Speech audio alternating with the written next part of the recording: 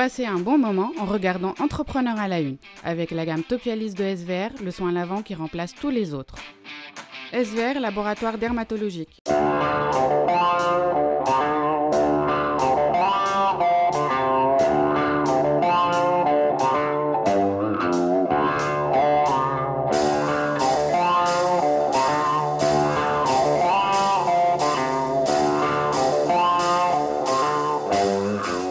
Bienvenue sur CETV, la chaîne du club Entrepreneur. Aujourd'hui, nous sommes en direct et en public. Nous avons enregistré cette émission dans le Firma Socra avec donc un invité. Mais avant de vous parler de cet invité, je vous rappelle que vous pouvez vous abonner sur le site, sur la chaîne YouTube, sur Facebook, le Club Entrepreneur TV, et aussi Instagram, LinkedIn, Facebook, le Club Entrepreneur, et bien évidemment le site web de la chaîne, le clubentrepreneur.tn. Pour parler de notre invité du jour, c'est un personnage, c'est un entrepreneur qui brille, qui vient de recevoir un prix à Londres, on va en parler. On va parler aujourd'hui entrepreneuriat, on va parler start-up, peut-être qu'on va aussi parler chiffon. On va parler de beaucoup de choses. J'ai le plaisir de recevoir aujourd'hui Hasna Kourda, CEO et founder de Save Your Wardrobe.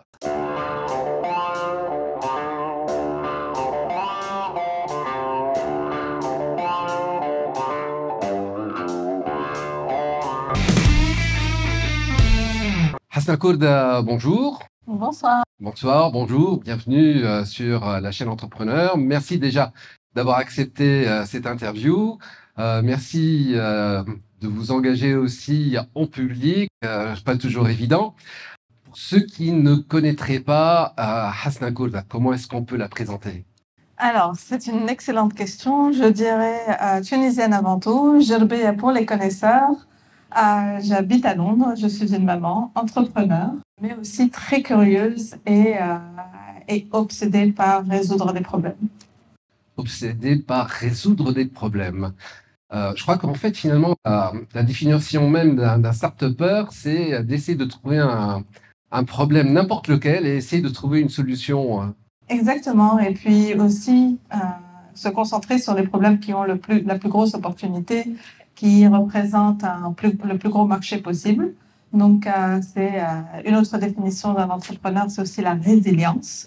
Donc, non seulement il s'agit de trouver une solution viable qui a une audience, mais aussi réitérer sur la solution, faire en sorte qu'il y ait un product market fit, comme on dit en anglais, et puis se lancer à échelle mondiale.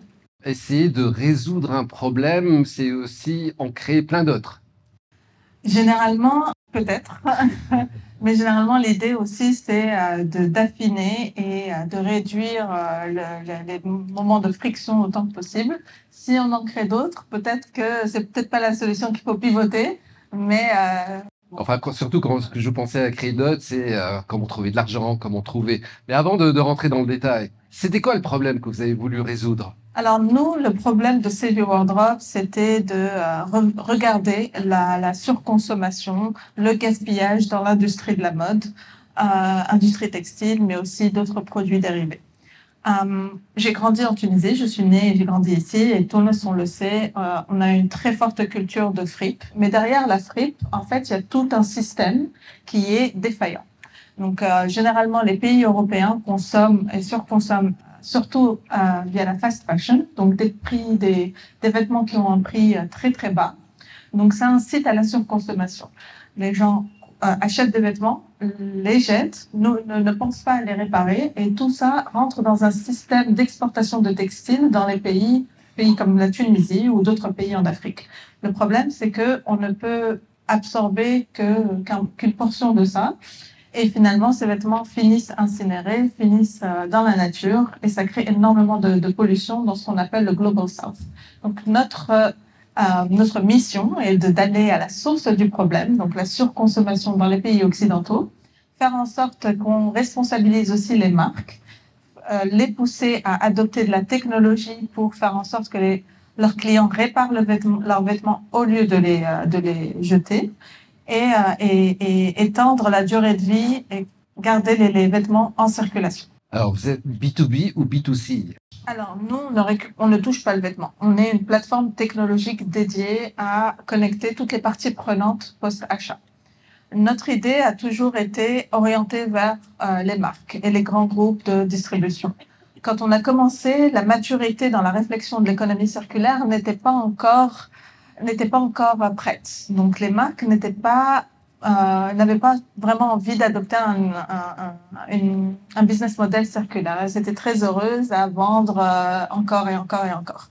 L'approche qu'on a eue pour leur montrer qu'ils avaient tort, c'est de lancer la plateforme B2C. Donc, en 2020, on a lancé une application mobile qui aidait les consommateurs à faire un inventaire de leurs vêtements, comprendre leurs habitudes de consommation et prendre les actions nécessaires pour étendre la durée de vie de leurs vêtements et aussi de les garder en circulation.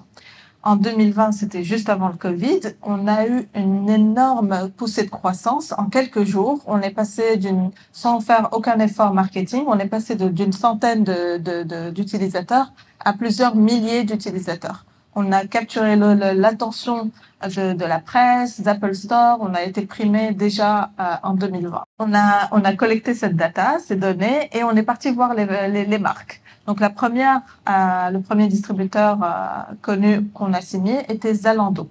Avant eux, on a aussi reçu de l'investissement de la part de Farfetch, qui est la plus grosse plateforme technologique du luxe. Et puis, juste après, on a lancé avec Zalando, qui est le plus gros e-tailer, donc distributeur en ligne de vêtements, d'accessoires. On a développé toute leur plateforme Aftercare pour eux. Donc, c'est le Wardrobe s'occuper de tout, du début à la fin. Ensuite, on a aussi attiré l'attention de Hugo Boss. Et donc là, pour Hugo Boss, on est en magasin directement. Donc, n'importe qui vient en magasin avec un vêtement qui a besoin de réparation va approcher le vendeur. Et derrière tout ça, c'est Save Your Wardrobe qui s'occupe de toute l'expérience bout en bout.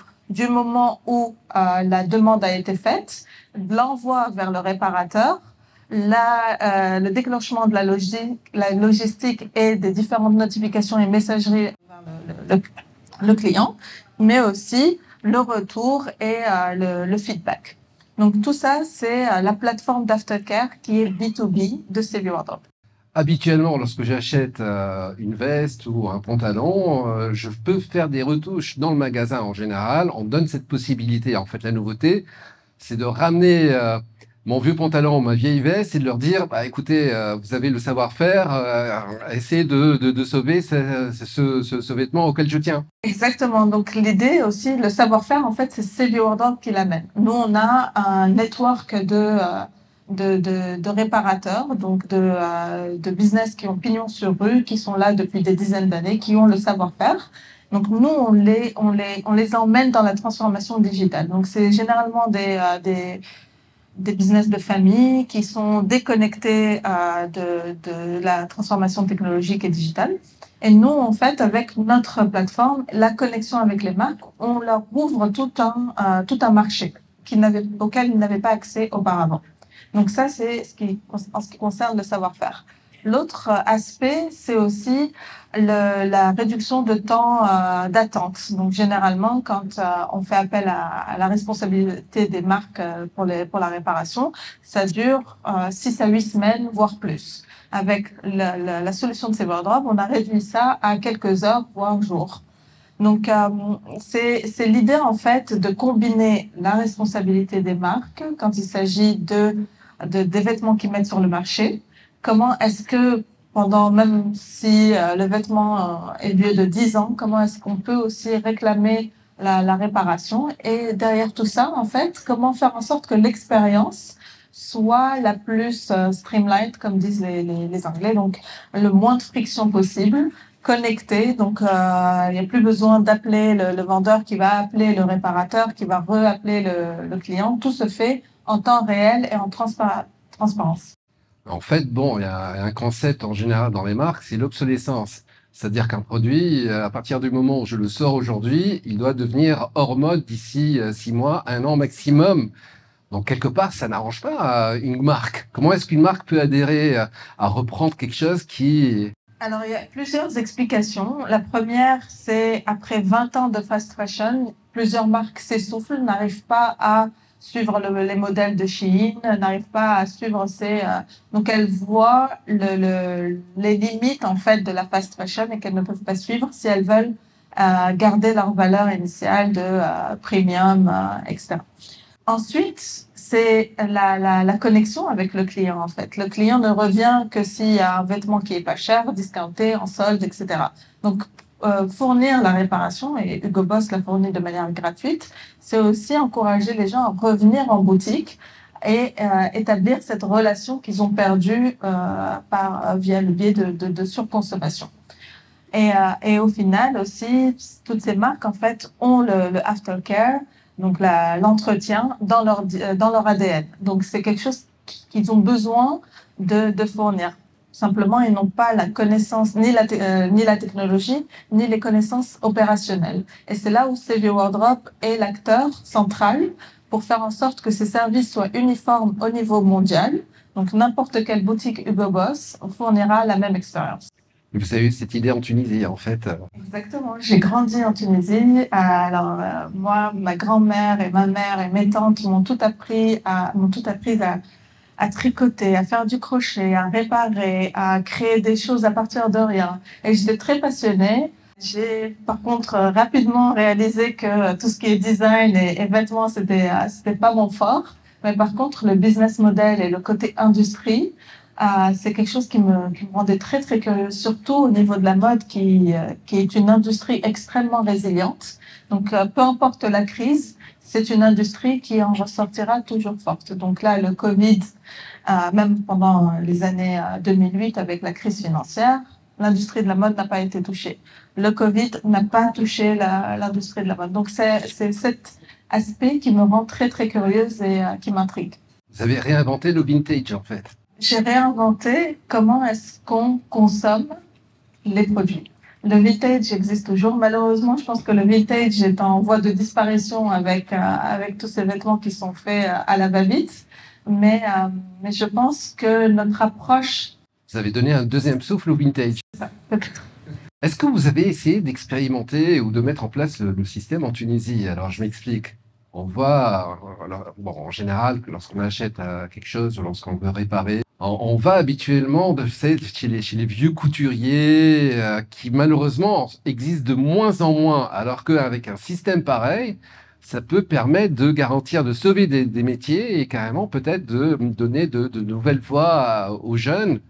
Exactement. L'idée, en fait, est plus faible, est plus petite, mais... En fait, on serait surpris de savoir à quel point c'est une grande échelle. C'est vrai que ce sont des métiers qui se perdent, mais la technologie, savoir utiliser la nôtre et savoir identifier les meilleurs partenaires, c'est aussi réindustrialiser enfin, c'est devenu une niche, mais à une époque, c'était quelque chose de très commun. Et en Tunisie, en fait, c'est culturel. On a toute une couturière ou un tailleur préféré. C'est un secret qu'on garde, qu'on ne partage pas. Quelle est ta couturière? C'est quelque chose qui est présent dans la culture tunisienne. Ça ne l'est plus ailleurs. Ça l'est encore dans les pays du Global South, comme on dit, donc les pays qui sont en voie de développement ou en développement.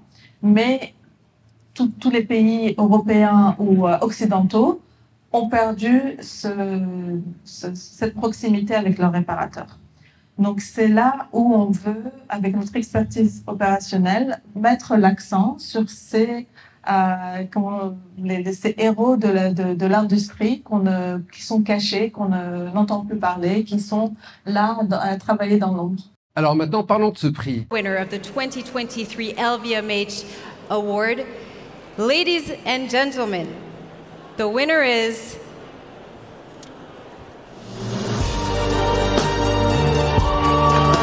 Save Your Wardrobe.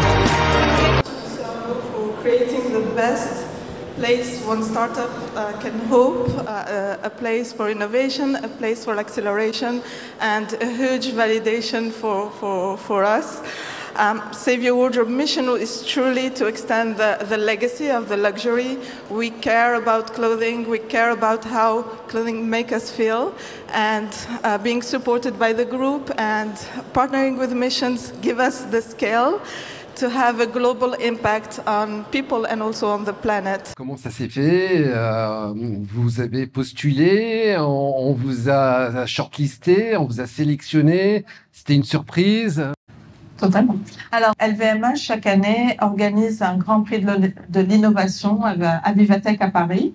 Les startups sont appelées à candidater. Cette année, il y a eu 1320 candidatures, donc startups qui ont essayé d'avoir un spotlight. Et sur ces 1320 startups, sur 75 pays quand même, 18 ont été sélectionnés et ont fait partie de ces 4 jours à Vivatech. On a été partagé sur 6 catégories, donc la nôtre, c'était omnicanal et retail. Non seulement on a gagné notre catégorie, mais nous avons aussi gagné le Grand Prix de l'innovation 2023, livré par Monsieur Arnaud lui-même. Voilà, exactement, en personne sur le stand de Vivatech. Alors, est-ce qu'il y a eu un avant et un après? Alors, je vais vous dire un truc d'une perspective de start-up. Il y a eu un avant-après et c'était, pour l'anecdote, c'était les startups, même si on avait des grands clients prestigieux, c'est toujours une marche dans le désert jusqu'à ce qu'on trouve l'oasis. Et je trouve que quand on rencontre les bonnes personnes, c'est là où la magie opère. Et ça a été le cas avec LVMH. Donc, c'était une visibilité incroyable dont on bénéficie, mais aussi un encadrement unique. Et puis, bien sûr, l'association avec un aussi beau groupe qui maîtrise le luxe et qui est aussi bien positionné, c'est une opportunité incroyable pour nous. Et quand on parle de visibilité, voilà pourquoi vous êtes dans cette émission aujourd'hui. On va marquer une pause. Quand on va revenir, on va parler un petit peu plus de vous, de vos difficultés. On va parler aussi de l'entrepreneuriat au féminin. Je crois que c'est quelque chose à laquelle vous tenez. On va essayer d'en parler pour essayer de faire avancer le schmilblick, comme on dit.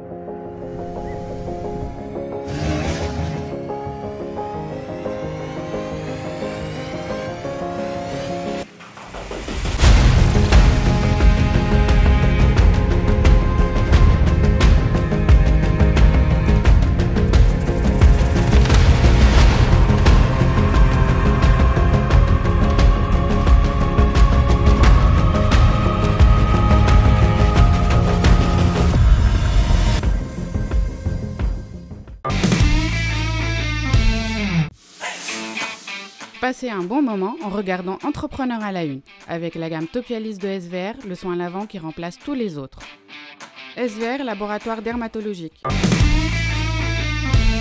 Deuxième partie de l'interview CUTV avec Hasna Kourda, CEO et founder de Save Your Wardrobe, un sujet qui vous tenait à cœur. C'est vraiment de parler de votre expérience, ce qu'on appelle maintenant le gender, d'entrepreneur au féminin. Vous auriez été un homme, ça aurait été plus facile? Certainement.